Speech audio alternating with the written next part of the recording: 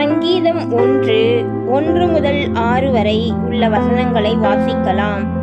துன்மார்க்கருடைய ஆலோசனையில் நடவாமலும் பாவிகளுடைய வழியில் நில்லாமலும் பரியாசக்காரர் உட்காரும் இடத்தில் உட்காராமலும் கர்த்தருடைய வேதத்தில் பிரியமாயிருந்து இரவும் பகலும் அவருடைய வேதத்தில் தியானமாயிருக்கிற மனுஷன் பாக்கியவான்.